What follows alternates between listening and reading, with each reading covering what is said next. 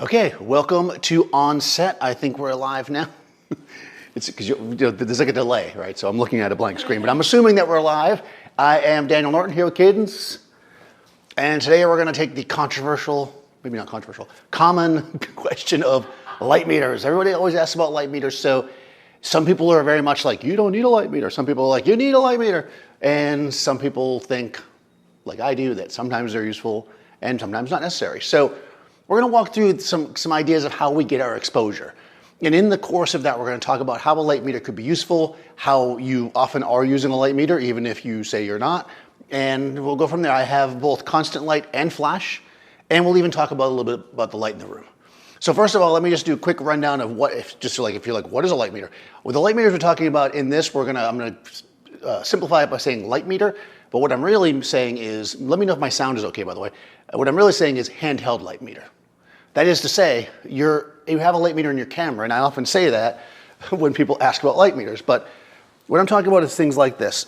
So I have a little one too, a 308, but I don't know where it went. So I'm going to quickly show you, I'm going to flip over and show you the internet in a second, but a light meter is basically, I'm going to show you my old one, something like this. Effectively, this is a tool that's going to tell us, without any kind of camera or anything else, how much light is in the space.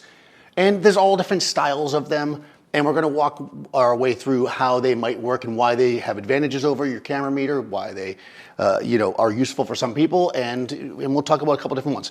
So number one, I'm going to just use Sekonic meters. Those are the ones that I use. There's other brands. Go onto Adorama, you'll see lots of different light meters, but let me just quickly show you, just to give you an overview on the screen here. Let me get rid of this. All right, that should... Boop. Yeah, there we go. All right, so, nope, that's not what you want to see. Why did that move? X. Save. Stand by. X. Check mark. Let me just do it this way. Okay. That is so weird. Save. Close. Save. There we go, because I hadn't saved it before. Apparently, if you don't save it, you have to then save it. You can't see me for a second, but it's okay. I'm going to set it up in a minute.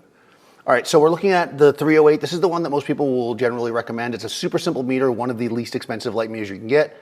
You can see it's got the little ball here, which is for instant reading. You can also flip that down to do reflective, which we will talk about in a second. The equivalent light meter to the one I just showed you, but the modern version is this one, and we will talk about why you might want one over the other.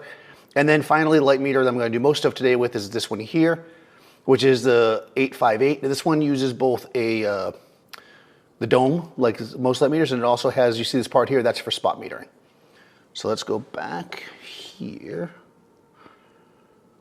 Let's go here, here. I know I'm talking so you guys know I'm still here. You're probably thinking, what is there to do? Go like that. Boop. Like that. Nice says, yep, there I am. Waving. Okay. Boop, like that. Okay, so that was a quick overview, and we'll bounce back to that if need be, but mostly we're going to take pictures because that's what we're here for, right? So first of all, again, how do we get our exposure? There's lots of different ways to do it, and digital cameras have helped tremendously in giving us options, right? Because if you were using a film camera, there was in it, of course, a light meter, but you couldn't see the results. So you needed to really consider how light meters worked a lot more than we do now, right? Because if I look at my camera now, and I'll show you through my camera actually. Well, I can't show you the meter though because of the way it is. If you look through the back of your camera, you can see, right? If it's a mirrorless camera especially, you're going to be able to see, is it dark, is it light? And then over on the side or the bottom somewhere, you see a little light meter that moves up and down depending on, what it feels like is the correct exposure. This is assuming you're in manual, right? You adjust your exposure till it looks good. That's what most of us do. But you could also use the meter as reference and say, well, I'm going to move it to the middle. Once you move it to the middle, then you can still make adjustments. This has always been the way as long as they've had meters inside cameras. Super simple. It works, what it's using though is what's called a reflected light meter. A reflected light meter means that it's reading the light that is reflecting off of your subject. That is to say that if Cadence is standing there and she holds a white piece of paper in front of my camera and I set my meter, and then she moves it down, and then it's her skin tone, the exposure will show differently. The exposure will stay the same, but what you see will be different. And then if you put something black up in front, the meter would also change. So it's reflective. What is in front of you matters. This is super important because if you're going to use a meter like that and you're metering, let's say, a white wall, and you want it to be white, you have to know that you're not going to want to put the meter in the center. And for that, we're going to talk a little bit about 18% gray. So I'm going to pounce over here and check questions as we go. You all need Seth. I need Seth? Yes, I always need Seth. Okay. So I've used this before. This is a digital target. This exact one I think has been out of stock for a long time, but if you look for this on Adorama, you'll find something similar. Basically, what you've got here is a range. For digital cameras, I find this to be a great tool because we can use a histogram, but I'm not going to talk about that today. What I'm going to talk about is this middle part.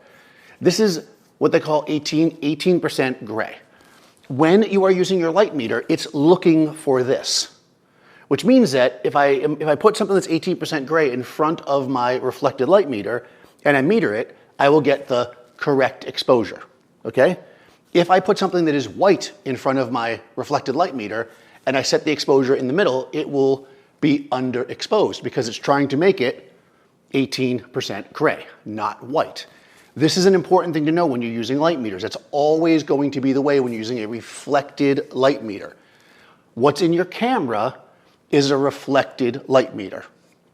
Now we talk a little bit about incident meters. This is really the power of the handheld light meter. When you're using an incident meter like this one, the light that falls on the meter is what is being measured. It's still looking for that 18% gray, neutral exposure, but again, the light that falls on the meter is what is recorded. That means that if I put it in front of my black shirt, it will give me the same reading as in front of my pale skin, as in front of something that's gray, as in front of her yellow, in front of her face. It will always be the same. So if you are metering something, you're metering the classic example of the wedding with somebody in a black tuxedo and a white wedding dress, and you use a reflected meter, you have to be careful not to meter off the white or the black, because both of those won't really be correct, right? But with an incident meter, you can put it in front of the couple and it will give you the correct exposure for both of them because it's reading the light falling on the subject. That's super, super important and key to why we still like to use meters.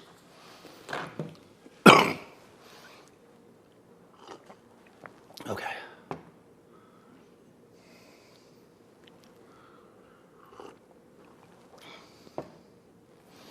Okay, so the question from Jeff is, it only gives you the perfect exposure if you're on something that's 18% gray. In theory, yes. However, metering systems are very, very good now, and they use things like center weighted and matrix and all these other things. And what happens is it reads multiple spots on the frame, right? And then gives you an average. So that's how modern cameras operate. And that's why they're really, really good. If you put your camera on spot meter though, it will do exactly what I said, okay? Most modern cameras, like when people always ask me, what are you metering at? I know people sometimes say they meter at spot for TTL, which I'll talk about in a second. I always leave it on average or matrix. I think that's key here. We want to get an average of our scene, generally speaking.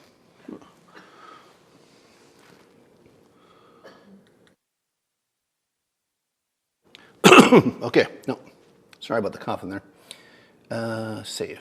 I still think I may have screwed this up. We'll find out in a second. All right, let's get to metering. So what are we going to do here? Let's start with something real simple. Let's talk about the light in the space. If I were going to go into a space and I wanted to do a reading, let's say I'm doing an event, and in this event, I know that I don't want my flash. You may have seen this before. If you've just put a flash on your camera, if you're new to using lighting, you know, you make a shot inside the space and the person's lit up and then the background's black, right? because your camera, or the flash, as you should say, is only exposing what's in front of it, right? It's not exposing the room. That's up to you as the photographer to do that, right? So a meter can help you do this a few different ways. One is that if you could just obviously set your camera in such a way that it will compensate, because again, there's lots of modes in your cameras, but then your background is going to change and shift and you're not really going to know what you're dealing with. A better way, in my opinion, so when I do an event, this is what I do, is you come into the space and you use your light meter to get a general idea of the exposure in the space. Now, you've got to feed the light meter generally a couple pieces of information. Depends on the meter, but what I like to tell it is the ISO I want to shoot at. And this meter actually allows you to program in 2 of them, so you can kind of play around. And, I mean, obviously you can change it, but leave 2 stored. And the shutter speed. And then I let it tell me the aperture. I can play around from there. If you want to do aperture and ISO, it'll give you the shutter speed. You can do that as well. So actually, let's do it that way. Even though I just said that's not how I do it. So, so I plug in my, okay, so on this meter, I have my ISO set at 100, which is what we normally shoot at here in the space. And I'm going to set my aperture, let's say at 5.6. If I set my meter in this way, there's nothing on the shutter speed. I know you're not going to be able to see it. You're just going to have to trust me. There's nothing written on the shutter speed. I'm just going to take it, and I'm just going to hold the meter up in the space. And what I get here is, looks like half a second or 2 seconds. Yeah, half a second. So what I'm getting here is that an exposure in this space is about half a second at 5.6, okay? That tells me that if I want the space to be lit up perfectly, which I don't, I just want fill light, I'd have set my camera at half a second. I'm probably not going to want to do that, right? So now I have to make a choice. Either not shoot at 5.6 or increase my ISO. I have also, as my second one programmed here, 400. That gives me 1/8 of a second. Well, could have done math. So 1/8 of a second is still a little bit slow for me. So at this point, I would probably either decide that I want to go faster or a lower, higher, I should say, on my ISO, like 1600 or something, or possibly just go to f4 or 2.8. This is a reason to have a faster lens, right? Plus, you're at a party, you probably don't want to shoot 5.6, you probably want to shoot something like f4, 2.8 anyways. That gives you an idea what the room's lit up as. And again, that's for a normal exposure. We don't want the room to be lit up normally. We want it to be a little bit dark, at least a stop under. So using all that, let me show you practically how we're going to do it. I'll take my camera. We're going to go back here now to capture one so I can show you.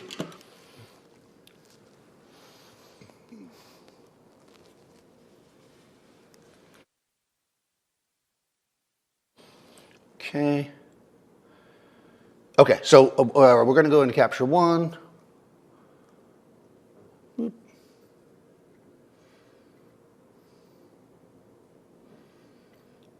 Okay, so we're in capture one, my camera's attached. I'm gonna show you through the camera. So I'm gonna come over here and I'm gonna go like this, and we're looking through the camera now. So we can see cadence there, obviously just barely, and we know what our settings are in the camera. They are what I just told you they were, 100. ISO, I have it at 6.3, so I'll go to 5.6. Do so. So if I go at 5.6 at 100 ISO, what I'm getting is almost basically a black frame, but now if I start to adjust my shutter speed down, what I'm going to get is, at 1/8 of a second, I'm a little underexposed, right, which we knew. If I go down to half a second, that's basically a correct exposure, okay? So it's a little, it's exposure over, yeah, there she is. So we can see that at half a second, roughly, at 5.6, that's the right exposure for her in this space, right? It looks terrible because the lighting here is absolutely terrible, but you wouldn't want to do that anyways. You're in an event, right? So I'm going to do the 2 things I said. I'm going to change my ISO first, so I'm going to make it 400, which is going to make this quite bright. Then I'm going to come over here and I'm going to adjust my shutter speed to 1/8, which again should put us basically back where we were, correct exposure. But now I want to be at least a stop under. So that's 1/15 of a second, maybe even a 1/30th of a second, which would be 2 stops under. And we're gonna, maybe I'll do a 1/30th. And now that's my background, right? So this is not my exposure on my subject, this is my background exposure. You could go even darker, right? Let's say, let's say it's a wedding at night, right? You might want it to be a little darker. So we go a 1/60th of a second. I'm still making a judgment. My light meter is telling me what the correct exposure is, but it takes me as the photographer to say, I don't want my background to be that exposure. I want it to be 2 stops under, 3 stops under. How do I know that, right? How do I know where it should be? which is the question that everybody always asks. That just comes from experience. Luckily, with digital cameras, you can gain that experience really quickly by doing some test shots. Quickly make some test shots, set your camera, you're good to go. If you walked around the whole space and got an average exposure, you should be able to leave your camera completely in manual, put your flash in TTL, which we'll talk about in a second, and make exposures all over the place, and your background will have some detail, but there won't be so much of that light in the shot to ruin your subject, right? Does that make sense? Let's close this. Okay.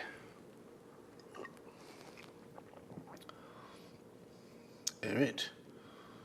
Oh, Mark. Hey, Mark. Mark Wallace in the house.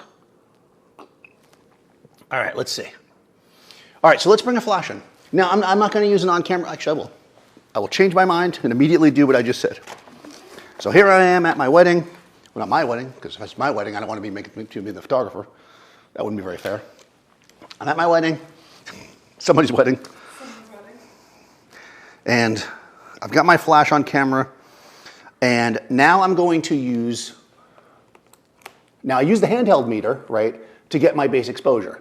At this point, I'm probably going to want to use TTL. Now, what is TTL? Because people always say, and of course I'm a wise guy, and I say back to them, I am using a meter.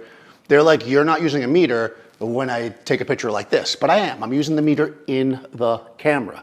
My camera's meter, if I set my camera at 60th of a second, 5.6, 400 ISO, which is where I'm at, and I tell this flash to give me the right exposure using TTL, I mean, it should do that. So let's see. I'm going to switch here, because you know I like to just immediately show you the picture. Now, again, we can play around with where we want the exposure to be, but this should give me a well-exposed shot. Okay, right, it does. So again, this is on-camera flash, harsh, light. We probably don't want that so much, but we do have the correct exposure. Now let me just, for reference, again, because I'm going to forget to do this, I'm going to turn the flash off, and we'll take a shot without the flash. So again, this is going to have detail, but, right? So what we've got here is the light in the space, and then a terrible flash overexposure. So what can we do here? We can balance this flash, and we can do that. Again, the meter is telling us the right exposure is this, and it's not wrong, right? But it doesn't look nice. So what we want to do is give our opinion, and in this case, we're going to basically turn it down a bit using exposure compensation. So this is in the C group, and just do it this way. Yeah, I'm going to turn it down, let's say, 3/4 of a stop. And we'll see what we get there. That should give us a little bit more of a blending. Yeah, and now we can see, again, it's still not a great angle because it's sitting right on top of the camera, but we can see that now we've got a shot that's more blended. Again, this is no flash. This is, that's correct, if you will, the top one. This is the exposure we like better, right? And this is, of course, no flash.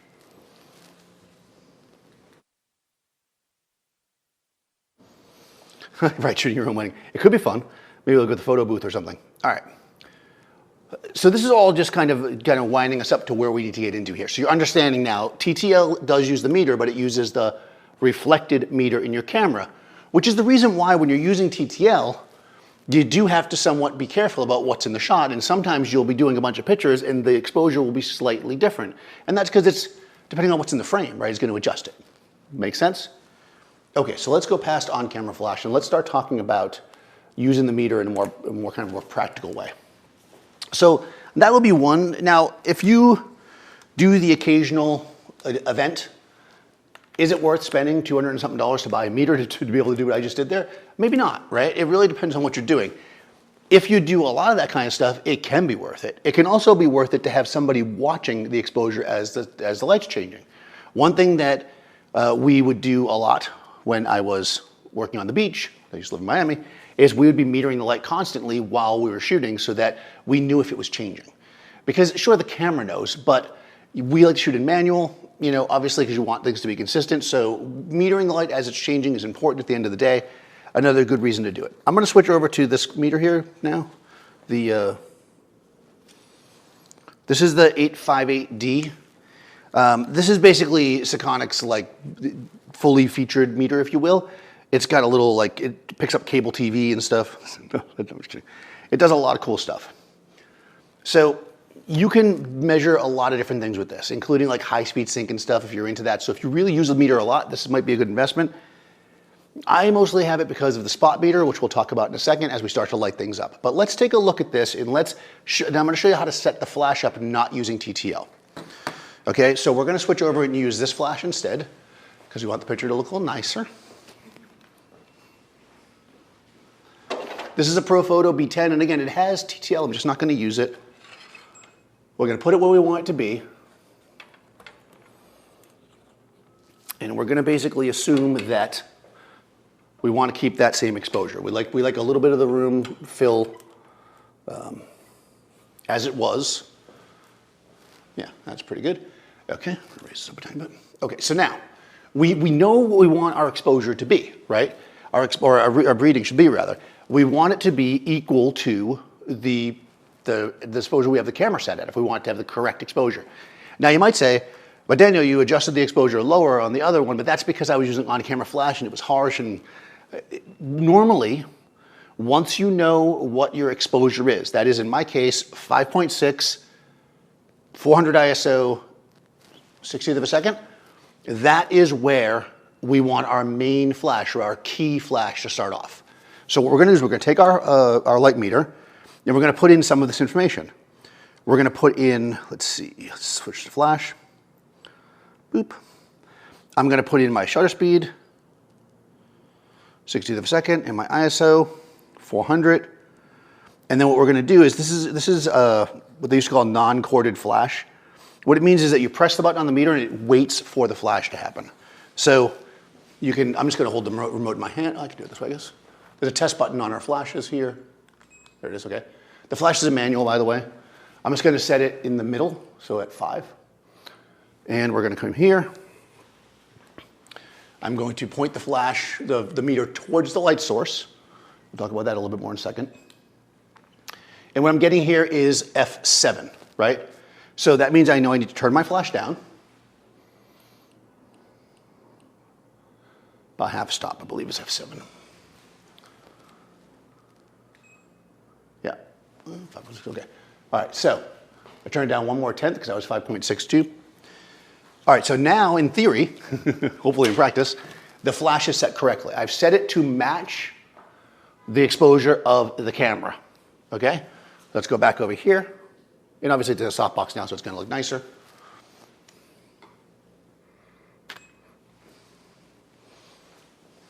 There we go, right? Good exposure on her skin tone. Even at a 60th of a second, she's not blurry or anything. And we can see here that only some of this light's hitting the background because you can see that it's only slightly brighter than it is here. And remember, this is the exposure with no flash. Now, if you want to adjust the background from here, the simple thing to do is to adjust your shutter speed. If you adjust your shutter speed, but not your aperture ISO, then your exposure from the flash should remain the same. Now, some of the light in the room is affecting cadence, obviously, so our exposure on her is going to look slightly different, but it's actually not going to affect the flash exposure. So I'm going to bring my shutter speed up. We'll bring it up a full stop to 125 so we can see what that looks like. Oops, blinked one more time. Okay. Yeah, beautiful blink there. There we go. All right, and we can see that by doing that, our background is getting a little bit darker. Our shadows are getting a little bit darker because, again, the light in the room is filling our shadows here. We're mixing our light together, and we know we can control this as much as we want. If we want to get it completely gone, I can raise my shutter speed and change my ISO to get all the light in the space gone if I really wanted to, which is what we almost always do when we use flash. Any other questions? Let's jump over here. TTL is time to laugh. Well, it is always time to laugh. That's true. The meter can, okay, right. So a couple of quick things. The Sekonic and maybe other meters, but definitely Sekonic, has the capability of taking a unit. Actually, I have one in this one. A little unit. You can see it right there in this one. And this is a trigger for a radio system. It happens to be Pocket Wizards, which I don't have. currently to use. They're not with me, but which means that I wouldn't have to hold the thing in my hand like I did there. You can just walk around with it, which is super convenient. So if you are in a flash system and you are buying a light meter and it has that ability, it's probably worthwhile to add that card. It's very cool to be able to do it. All right. The other thing was, okay, Sony camera does not, when I have the flash, I need to fire a flash to see if the settings are correct. Okay, so you just got a question or a statement. I don't know which Sony that is, or if it's different, but I know in the Nikon that I have, you can program the camera, one of the buttons on the camera, to basically turn off the hot shoe, for lack of a better way of saying it, and then the camera is not aware there's a flash on there, and then it will give you the exposure. In fact, I'll show you. So this is what they're talking about, I believe. I mean, oh, my laptop is not a touchscreen. This is the problem with having an iPad right next to the thing. All right, so right now we're looking through the camera, and there's a flash on top, right? Believes there's a flash on top, which means it's not giving us the correct exposure that the camera's set at. If I push this button in the front, which I programmed, we now see the ambient exposure. You should be able to do that with a lot of different camera brands. They usually have at least one button you can program. So program it to turn off your hot shoe, and that should solve that problem, hopefully. Oops, you couldn't see anything because I didn't switch this.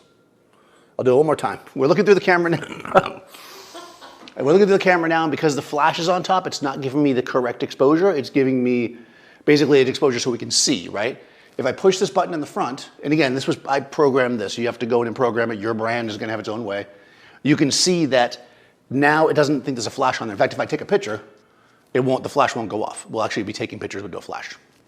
And then of course, if I let go again, I take a picture, there's the flash. Sorry if she wasn't ready for that. Yeah, always the blink. So we can see here when I had the button pressed, the flash didn't go off, and there it did, and made a lovely photo. All right. When would I use high-speed sync in the studio? Almost never.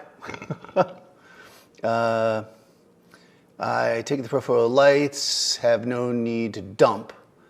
No, I think most lights these days you don't need to dump. For people who might not know what that is, with older types of styles of lights, once the capacitors were filled up, if you turn the power down on them, you need to fire the flash or dump it, as we would call it, because otherwise the first shot would be off. But most flashes nowadays have pretty good balance there.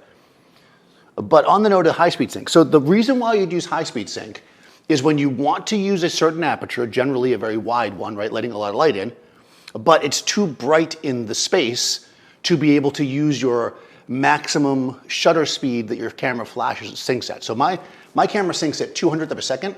So if I went to 200th of a second here, turn this off, and I wanted to shoot it like I guess f4, and I was looking at this, well, I'm at 400 ISO, right? So going down to 400 ISO, 100 ISO rather. I mean, this is all I'm getting. So I guess if I just didn't want any detail at all, you can't see because I'm not showing you to the camera anymore. Sorry about that. I keep forgetting to do that. All right, we're looking through the camera. Sorry, I made my adjustment. We're at 200th of a second f4, which is how fast this lens is.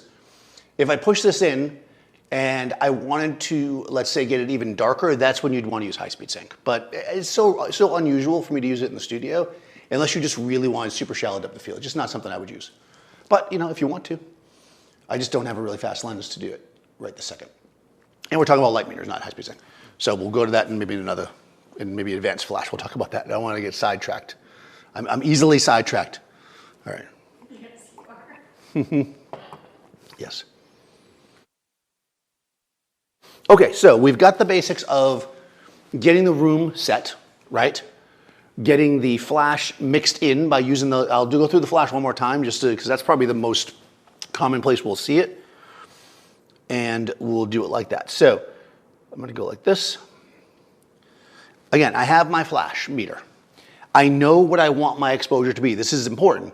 Now, you could do it another way. You could say, I just want to have as small of an f-stop as possible. And I have this flash. How can I achieve that? Or what is it? Well, I can just walk up to my flash and I can turn it up all the way to full power, okay? Again, shutter speed doesn't matter here, but let's just say that we want to put it at 125 because that's where we're at. And we're at 100 ISO because I want to have the smallest. Well, I guess you can go 400 if you really want to. We'll go back to 400 ISO. Just so we're back where we were. And we want to know what's the smallest we can do. So what we'll do is we'll come over here to our flash meter and we'll basically just go like this. I've got my ISO set at 400, my shutter speed set at we'll put it at 125 because that's where it is currently. And I'm going to then just walk over here. Again, I'm using the non-corded flash method. Again, I'm pointing at the light and I fire it. Okay, so I'm getting f40. And of course, this lens does not go to f40, but if it did, you know, then you could do it. If it was like a macro lens or something like that, it might go to f40. So this lens goes to 22. So 22 is as far as I can go. So I know I can easily do that with this light. So now I want to go back to 22. So 40 down to 22. Let's see, we got 30. I'm going to go down to 8 here. The Profoto lights, each number on the back, each full number I should say, represents one stop. So I turned it down 2 stops from 40, and now I'm at f22. So at f22, boop, 400 ISO, and there we go. Nice, clean shot. Now, of course, with no flash at f22, you can better believe that this would be a black frame, like that. So again, this is no flash, or flash rather, no flash. All the light here is from my flash. She's quite sharp, looking sharp there, Cadence, because it's at f22. Though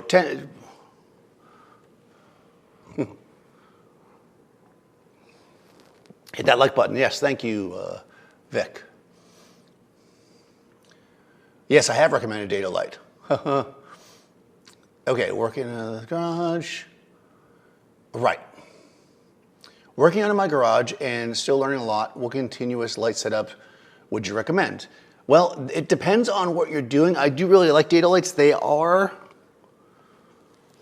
undoubtedly a premium brand. So keep that in mind. If you're doing it professionally, that might be a good option for you. I'm about to use data lights, so that's funny. If not, there's lots of great brands. I'm going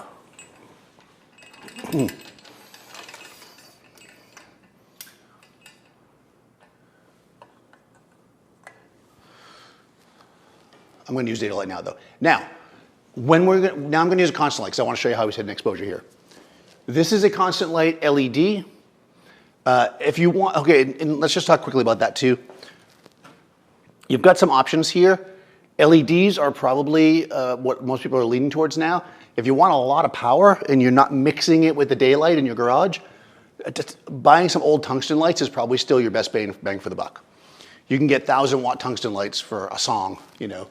They'll be hot, but you know. All right, so don't look right at it. I'm going to fire this up. The advantage of the LED light here is that it is, this one anyways, is by color. So I have it set at daylight.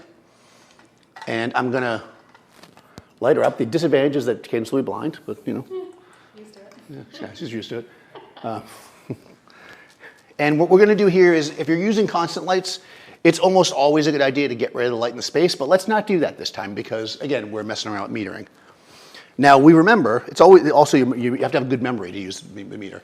At 400 ISO, a 60th of a second, at 5.6 is where we were before. That gave us an exposure that gave us the background the way we liked it, you know, assuming we like that. Now, if I just set that on the camera, because that's where I'm already at, let's go back here.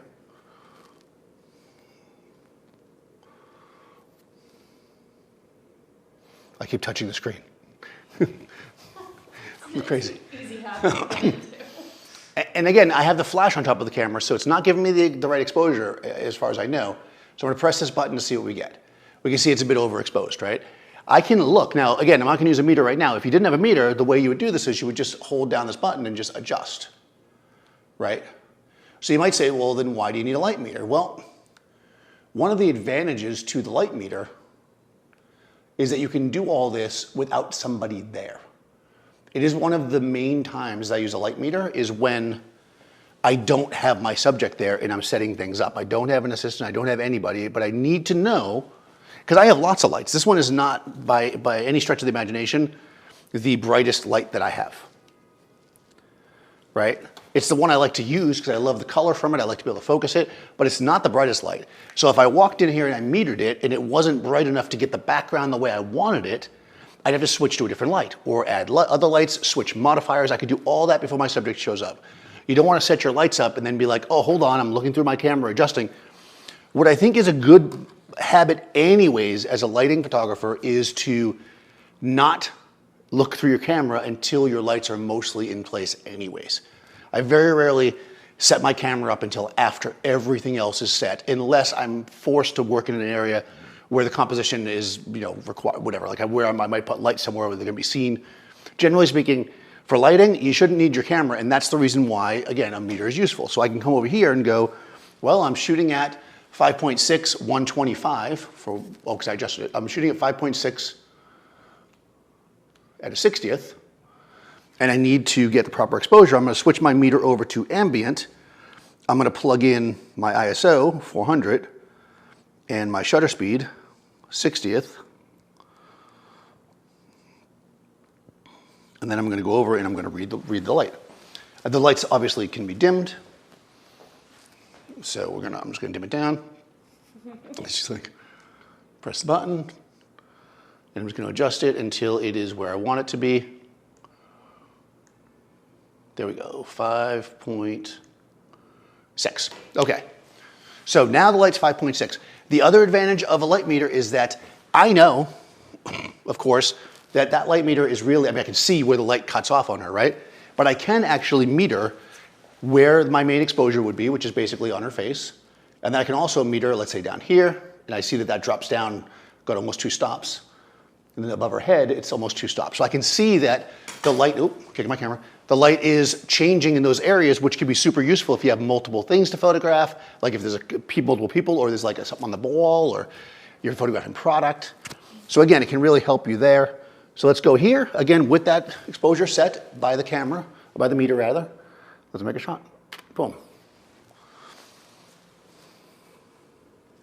And we can see we have a nice, clean exposure. Okay, it's a punchier light than before because I'm using a hard light, obviously, versus a softbox. But we have a nice, clean exposure. Go back to where we actually used it with the 60th, where it's matching the room, right? So here we are with a softbox and a flash. Here we are with the dado light, okay? Both lights gave us a nice exposure in the room, let our shadow, which is the cheek, right, come in right around the same. Like if you look at those 2 areas, because this is the light in the room right here, because this is where the flash, or in this case the dado light, are not touching. That's my base shadow. That's my 1/8 of a second, right? That's what that is. Yes, Kate's face is very expressive. Yes, she is very expressive. I like to say silly, but expressive also works. Anime character. All right, so now we've done both, right? We can do this. So let's talk about other lights. That's the key light, right? Let's go back to the flash for a second. Because just probably, well, you know what? I'll leave this on. I like my dado light.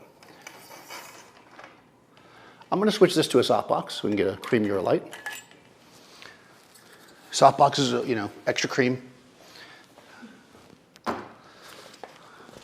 This is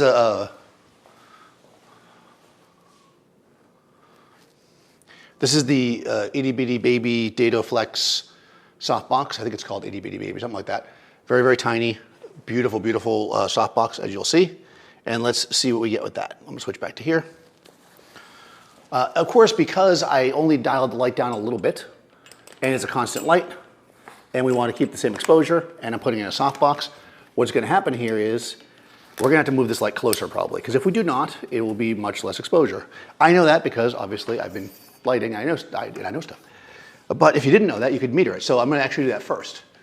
So I put the softbox on, because I get this question a lot too. Like, how much light does a softbox eat? Well, we were getting 5.6 before, right? So now with the softbox, we're getting 2.8. That's 2 stops out of the softbox. We can compensate.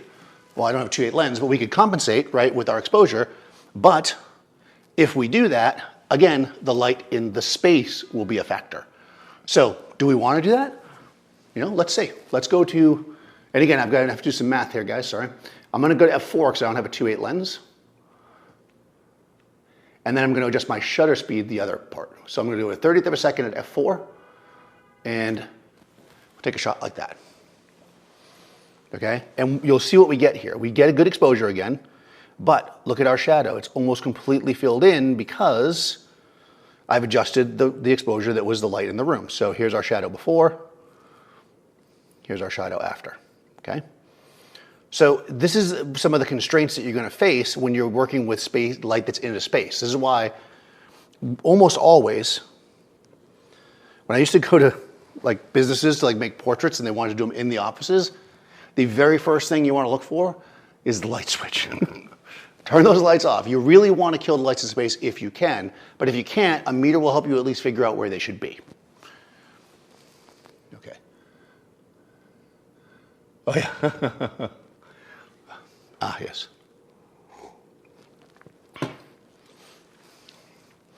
Yes. All right.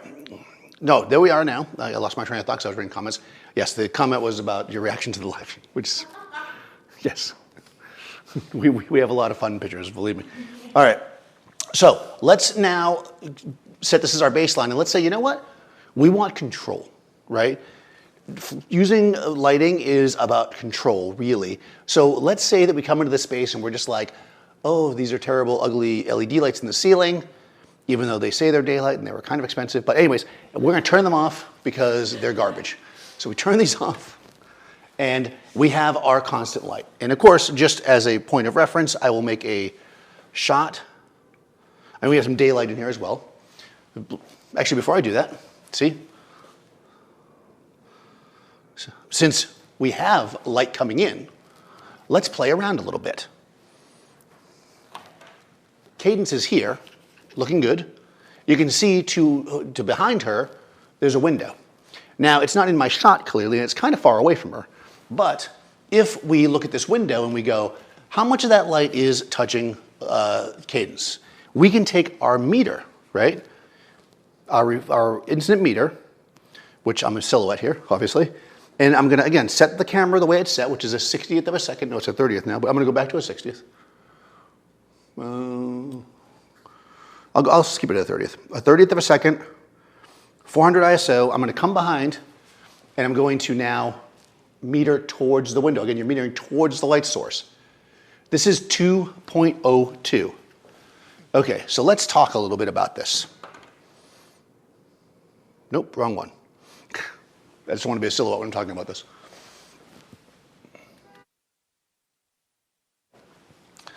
See, I like to do these light meter demos because I get to do math. This is where the math of photography comes in. So we have this constant light source, and we want some of the light from the back to come and touch Cadence's hair. But we have, this is like a word problem. We have a couple of things going on. Number one, my lens only goes to f4. And yes, I do have a faster lens, but I'm not going to switch it because let's just deal with this. My lens is an f4 lens. I cannot get to 2.2. So what can I do? Well, what I can do is I can say, you know what? I'm going to adjust either my shutter speed or my ISO. I think in this case I'm going to do the ISO because I'm already at 30th of a second. I don't want it to be too slow. So I'm going to just simply tap my ISO, and as I do, the number on the, I'll see if you can see this. I'm going to try this. I don't know if you will see it or not. Yeah, okay. Hopefully you're seeing that. I don't know if I can see anything. Oh, there we go. Okay, let's hope it stays in focus. Okay, so we can see I'm at 3.2 now. If I adjust my ISO, I can keep going up until I get f4. So this is f4, 1250, 30th of a second, right? That is the light coming from the back. Lost my hat there for a second, and my hair's in my face. So now I'm going to come back over here. I'm going to turn this light off. I want to show you guys as we go.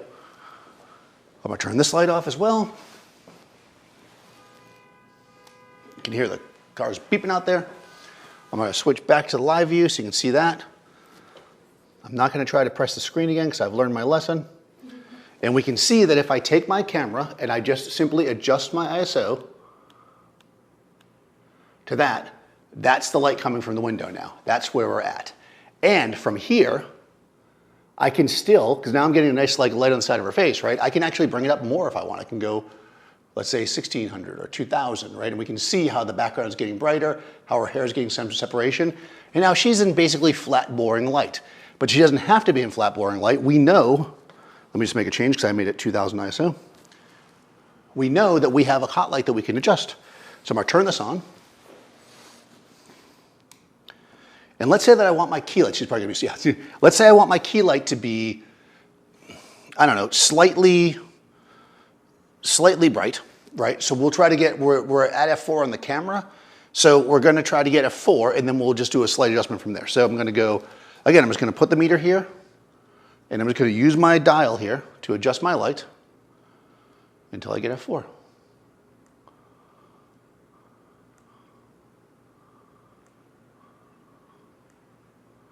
Okay, it's at f4 right now. So I have f4, and I can tell you that while that is a proper exposure, now we're going to use something that we've talked about many times before, which is distance to subject. This is giving her a decent exposure. I can actually see it. But you know what? It's still kind of flat. That's because the light's so far away. It's spreading out. So let's take advantage of that. We're going to move it in nice and close. Because by moving the light in closer, it's the shot. By moving the light into the shot, actually I'll adjust the camera a little bit. By moving the light in closer, we're going to be able to shape her face better, right? Now again, it's overexposed, but let me just get myself in a better composition. Can I pull this off? Let's see, probably not. Nope. The light might be too close to her from where it is. Let me just do a quick little adjustment here. There we go, no shot of the shot. Boom, okay, beautiful. So I got that. I moved it closer, which is again going to make the fall off real quick. Oops, she's coming out of focus really. This is like super low ISO, so, or high I should say. So,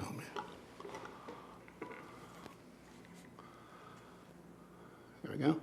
So we can see now how this is working out for us. We can now turn this up. Again, using the meter to get it where we want it. We want it to be just slightly overexposed, I think, to create kind of a beauty shot. So it's at 4 now. Or was it 4? Ooh, we might not be able to get much lower than that. That's as low as we can go. All right, say at 5.6 here. All right, so we're at 5.6 according to this light, but I actually think it looks pretty good to the eye. So let's take a shot and we'll see. So again, now we're shooting super high ISO just to make a point. But see how we're able to come in here and get this, remember this hair light is the light coming through the window, right? We're able to match our light in our space and just add that beautiful little bit of fill light just to kind of bring, I think she's just a smidge overexposed. So she's just a smidge hot here. So I think what I'm gonna do there, since I can't turn my light down, I could back it up, but I don't want to. I'm just gonna drop the ISO a smidge, there we go. That might be too much. This is where finessing comes in. There we go. And you can see I just kind of finessed my numbers a little bit. Again, that just comes with experience, knowing your system, knowing what's going to work. Look at how beautiful that natural light is across the back. Oh, you have little lightning bolt earrings. Very cute. Little lightning bolts, yeah. All right.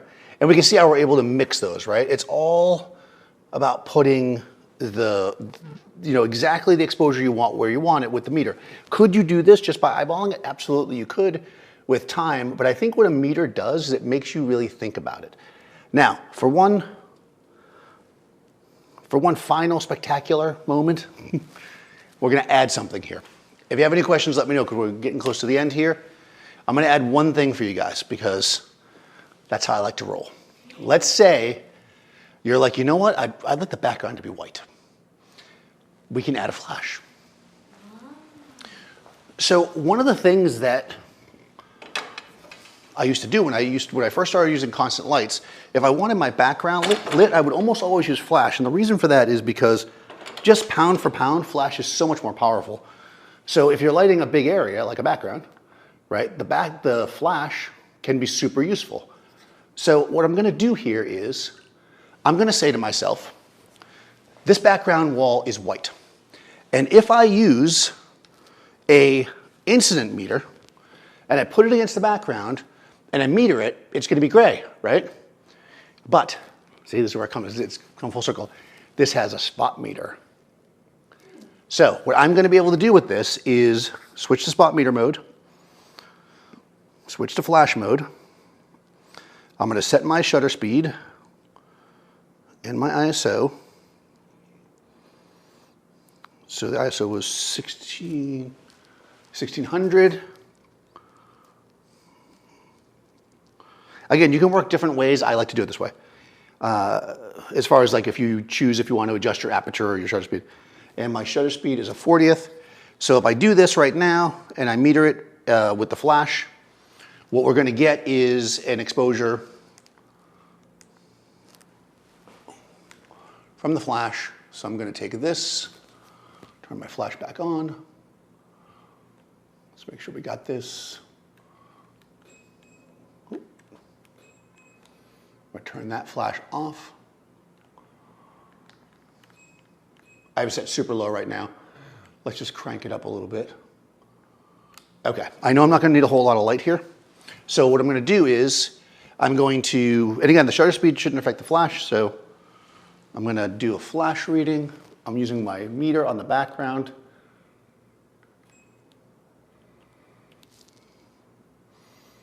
Wow, okay.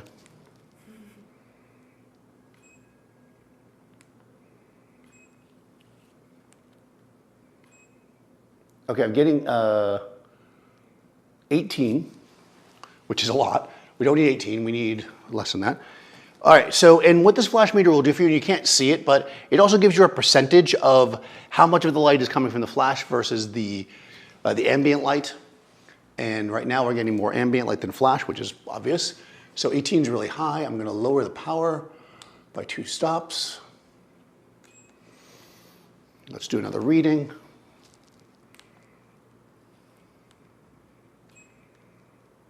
F7. All right, we want F4, so that's about 2. Okay, so about F13, which is 2.5 stops, I think, if I did my math right. So that should be good for a white background. So let's see. Now, we know we gotta turn off the overheads. We can't turn the window off, and we don't want to. Okay, we're gonna go like this, and boom. Oh, it could actually be a little bit brighter. And there we go. Background's a smidge. Now I can look at this and go, I probably actually use another stop. Cool. Because again, I'm using my judgment as to, oh, you can't see anything. I'm using my judgment as to where I thought the exposure should be. That was like almost 3 stops, but looks like I need more than that.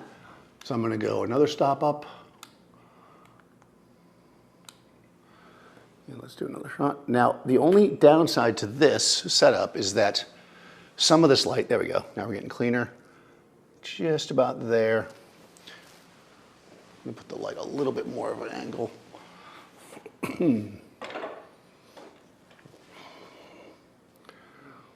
We'll turn it up another 1/2 a stop. I'm just gonna work my way up with the flash. And we've talked about this before with ratios and stuff, like how bright should it be? I mean, it really just depends on what you're going for. Here we're starting to get a little bit of a fringe. I think that's about as far as I want to push it.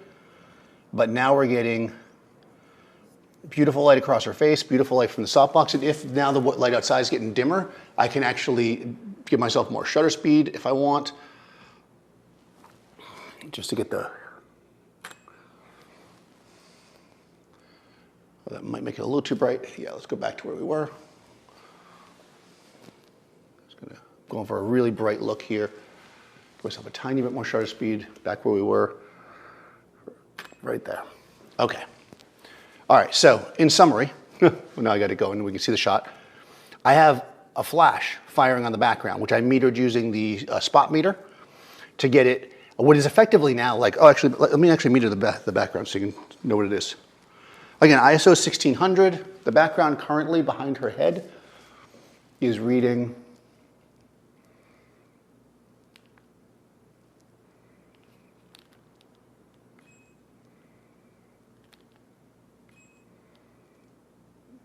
12.7. So actually, I think I was reading a different spot earlier, which is why you should probably read behind her head. So it's reading about 13, so that is right, actually. So my first numbers were correct. I just didn't have it, the meter in the right spot.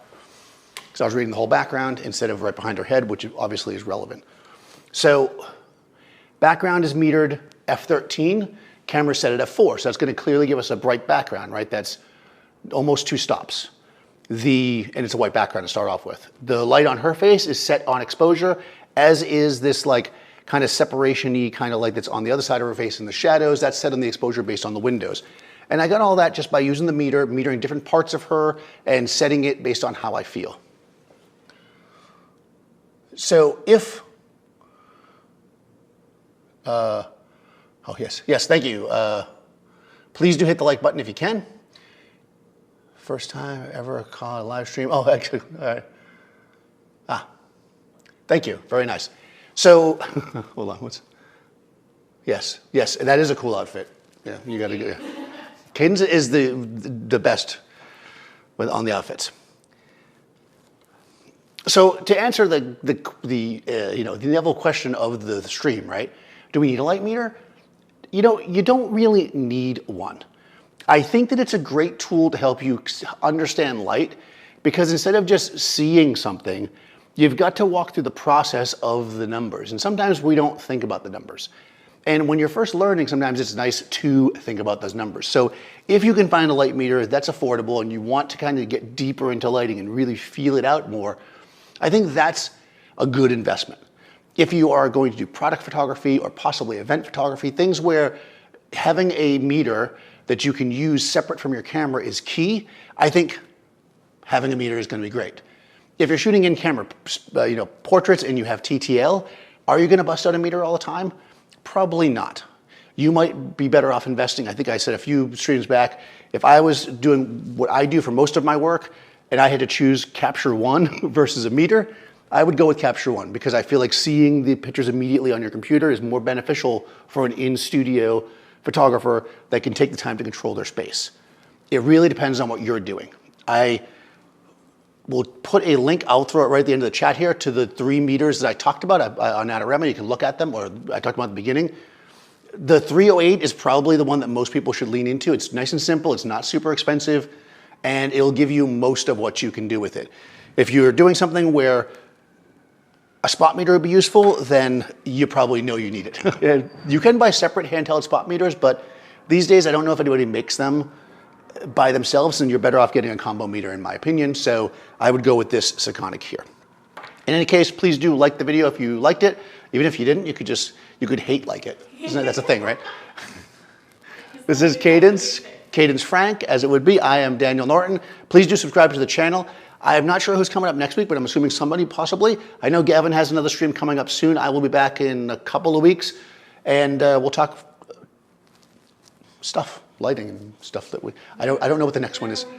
Yeah, I actually do have something planned. I just don't remember what it is, because I should really write it down before I start. Oh yeah, and I have a podcast. Thank you, Cadence. Be sure to check out my podcast if you haven't already. A Voice with Daniel Norton is really fun and interactive. At least I think so. In any case, thanks everybody. Have a good night. I'm gonna stay in the chat for a second. If you're interested in those meters, I'll put the links. Whoop. Whoop.